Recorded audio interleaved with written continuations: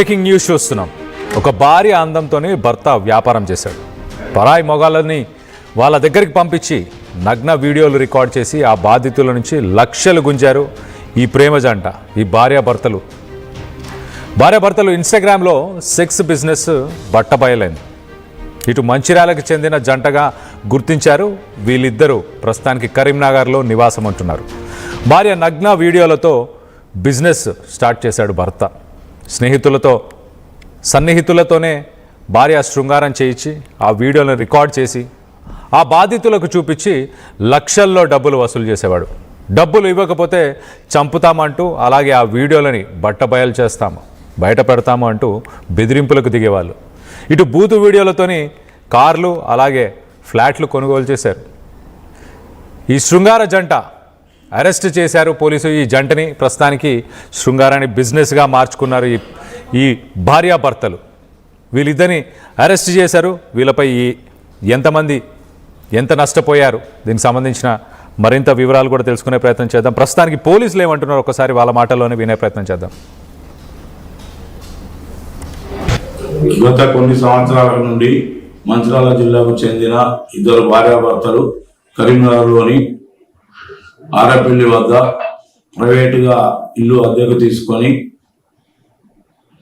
మాల్బూర్ business చేసి తర్వాత internal designing work చేసి వారు నష్టపోయినందున వారు సులభంగా డబ్బులు సంపాదించాలనే ఉద్దేశంతో వారి వద్ద ఉన్న ఫోన్లలో ఇన్స్టాగ్రామ్లు చూసి అట్టి ఇన్స్టాగ్రామ్లలో భార్యాభర్తలు కలిసి ఫోటోలను మరియు ఆమె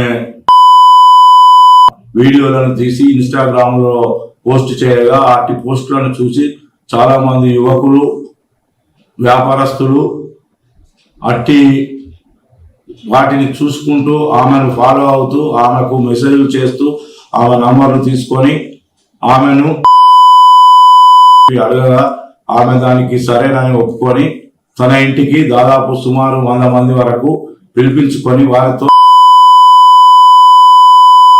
అట్టి పాల్గొన్నట్టున్నటువంటి వీడియోలను తన భర్త తన ఫోన్ ద్వారా వీడియో తీసి అట్టి వీడియోలను ఫోన్లలో బంధించి వారు రమ్మన్నప్పుడల్లా రాకపోయిన ఎడల వారికి అట్టి వీడియోలను చూపిస్తూ బయట జనాలకు వైరల్ చేస్తామని లేదా మీ బంధువులకు ఇటు వీడియోలను చూపిస్తామని బ్లాక్మెయిల్ చేస్తూ వారి వద్ద డబ్బులు గుంజుతూ చాలా డబ్బులు సంపాదించి ఒక ఫ్లాట్ మరియు ఒక కారును కూడా కొనుక్కొని జల్సాలు చేస్తుండగా అందులో ఒక వ్యక్తి వారితో బాగా చనువుగా ఉండి గత సంవత్సరం నుండి దాదాపు 12 లక్షల వరకు రూపాయలు అతనికి భార్యాభర్తలు ఇద్దరికి ఇచ్చి వారి లోన్లు మరియు వాళ్ళ ఇంట్లో ఇతర సామాన్లు, ఫ్రిడ్జ్, సోఫా సెట్ మరియు ఏసీ మరియు కారు కూడా కొని వాళ్లకు లోన్లు కట్టుకుంటూ ఉంటూ తను వద్ద ఉన్న డబ్బులు అయిపోయినందున ఆయన రాని ఎడల అతనికి పలుమార్లు అట్టి భార్యాభర్తలు వాట్సాప్ కాల్ ద్వారా ఫోన్ చేస్తూ తను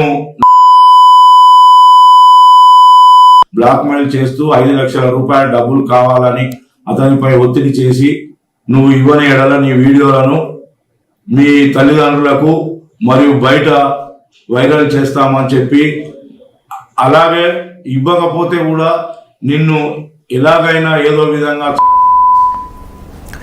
ఇన్స్టాగ్రామ్లో తన భార్యకు సంబంధించిన కొన్ని వీడియోలను పెట్టి హనీ ట్రాప్ చేసి, అంటే ఆ వీడియోలోకి ఎవరైనా స్పందించినా ఆ వీడియోలని ఆ ప్రొఫైల్స్ని ఫాలో అయిన తర్వాత వాళ్ళు ఎవరైనా మెసేజ్ చేస్తే వాళ్ళని ఇంటికి రమ్మని ఆహ్వానించి వాళ్ళతోని కొంత ఏకాంతమైన సమయం గడిపిన తర్వాత ఆ వీడియోస్ని భర్తనే దగ్గరుండి రికార్డ్ చేసేవాడు. ఆ వీడియోస్ అన్ని రికార్డ్ చేసి వాళ్ళకి మళ్ళీ రిటర్న్ ఆ వీడియోస్ని పంపించి బ్లాక్మెయిల్ చేయడం స్టార్ట్ చేశారు. ఇటు మీ బంధువులకు చూపిస్తాను, మీ భార్యకు చూపిస్తాను, మీ ఇంట్లో వాళ్ళకి చూపిస్తాను, సోషల్ మీడియాలో పోస్ట్ చేస్తానంటూ వాళ్ళందరినీ బెదిరించడం. అందులో మొత్తానికి 100కు పైగా వ్యక్తులు వచ్చారంటే ఆలోచించండి. ఎంత పెద్ద బిజినెస్, ఒక ర్యాకెట్ నడిపించారు వీళ్ళిద్దరు ఒక ర్యాకెట్ని నడిపించారు. మొత్తానికైతే ఒక వ్యక్తి తనకు ఒక కారు కొనివ్వడం, ఇంట్లో సోఫా, ఫర్నిచర్ ఇలాంటివన్నీ కూడా సమకూర్చాడు.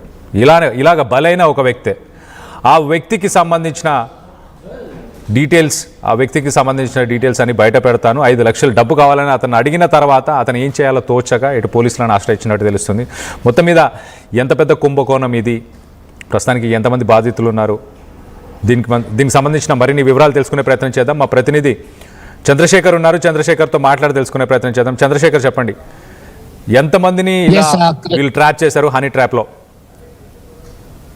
ఎస్ కళ్యాణ్, మంచిర్యాల జిల్లాకు చెందినటువంటి దంపతులు ఉపాధి నిమిత్తం కరీంనగర్కి వచ్చారు. కరీంనగర్కి వచ్చినటువంటి కొత్తలో కొన్ని సంవత్సరాలు మార్బుల్ బిజినెస్ చేశారు. దానిలో పెద్దగా లాభాలు లేవన్నారు. ఇంటీరియర్ బిజినెస్ చేశారు, లాభాలు లేవు. అయితే కరీంనగర్ ఆరేపల్లి ప్రాంతంలో శ్రీసాయి అపార్ట్మెంట్ లో 301 లో ఉంటున్నారు. దీనిలో భాగంగా వారు కొత్త పంత ఏదైనా ఎంచుకోవాలి, సులభంగా డబ్బులు సాధించుకోవాలంటే ఇది కాదు మార్గం అని అనుకున్నారు. దీనిలో భాగంగా కరీంనగర్ పిల్ల 143 అనేటువంటి పేరుతో సోషల్ మీడియాలో ట్రోల్ చేస్తూ ఆకట్టుకునేటువంటి చిత్రాల్ని వేయడం, దాని తర్వాత మీ వాంఛలు తీర్చుకోవాలంటే సంప్రదించండి అంటూ వల విసరడం. దీని తర్వాత దాదాపు 1200 మంది వరకు ట్రాప్ లో చిక్కుకున్నారు. చిక్కుకున్న తర్వాత ఆ రూమ్ లో, బెడ్రూమ్ లో సీసీ కెమెరాలు ఇన్స్టాల్ చేశారు. దాంతో ఆ భర్త మొబైల్ కి కనెక్టివిటీ ఉంటుంది. ఎప్పుడు డబ్బులు అవసరం ఉంటే అప్పుడు వారికి ఫోన్ చేయడము, మీరు పలానా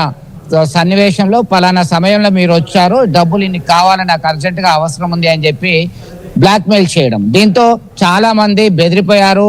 మెల్లమెల్లగా 500 మంది వరకు ఇప్పుడు బాధితులుగా ఉన్నారు. ఆ మిగతా చాలా కాలం నుంచి దందా నడుస్తున్నది, తంతు నడుస్తున్నది. ఈ క్రమంలో ఇటీవల కాలంలో వ్యక్తి, కరీంనగర్కి చెందినటువంటి ఓ వ్యక్తి ఆ ట్రాప్ లో చిక్కుకున్నాడు. 5 లక్షల నుంచి 6 లక్షల వరకు చెల్లించుకున్నాడు. బయటకు చెప్తే పరువు పోతుంది, లేదంటే చంపేస్తామని భయపడుతున్నారు. డబ్బులు ఇవ్వాల్సిందే, మిమ్మల్ని చంపుతాము, అదే విధంగా మీకు సంబంధించినటువంటి వీడియోస్ కూడా వైరల్ చేస్తామని చెప్పి హెచ్చరించినటువంటి నేపథ్యంలో కుటుంబ సభ్యులని సంప్రదించాడు ఆ బాధితుడు. దీంతో కరీంనగర్ రూరల్ పోలీసులను ఆశ్రయించగా పోలీసులు పూర్తిగా సమాచారం సేకరించి వాళ్ళిద్దరి కొరకు గాలిస్తున్నటువంటి నేపథ్యంలో స్థానిక పోలీస్ సిబ్బంది వాళ్ళని అదుపులోకి తీసుకోవడం జరిగింది. దీనిలో ప్రస్తుతం మనం కరీంనగర్ రూరల్ పోలీస్ స్టేషన్ లో ఉన్నాము. దీనికి సంబంధించి అయితే చాలా సంచలనమైనటువంటి విషయాలు బయటకు వచ్చాయి. వారి దగ్గర నుంచి ఒక కారు, 2 ఫోన్లు, ఎంటీ చెక్, వాళ్ళ ట్రాన్సాక్షన్ కి సంబంధించినటువంటి విస్తుపోయే వాస్తవాలు బయటపడుతున్నాయి. కొంతమంది ప్రముఖులు కూడా దీనిలో ఈ ట్రాప్ లో చిక్కుకున్నట్టుగా సమాచారం అందుతుంది కళ్యాణ్.